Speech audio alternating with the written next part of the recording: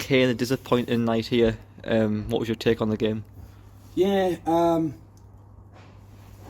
I think some of the goals we've conceded have just came from some key themes that we're trying to address and trying to work on.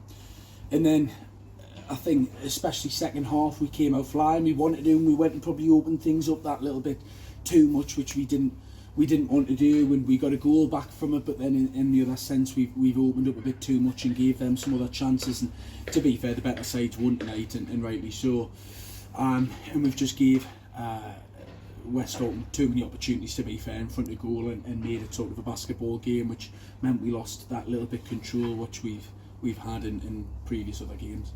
It must be disappointing. Obviously, after Benfield, we were well in the game. Carlisle, we were 2-0 up and controlling that for large periods.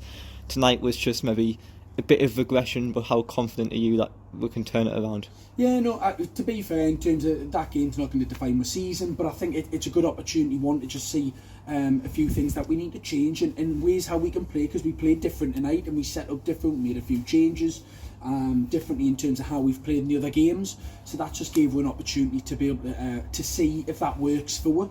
It probably hasn't, so that's fine. We move on to it, and we know what probably now works for us going forwards. But obviously, with us playing midweek Saturday, it's probably not really gave us the opportunity as much to be able to get on the training pitch as what we'd like. So we've had to use things like tonight to test things out, and just tonight it hasn't worked, and now it's back in terms of what we think works. You've been in the door a couple of weeks now. It's been a hectic few weeks, but you've had 3 games under your belt now. How confident are you that you can turn this club around and keep them in the league this season?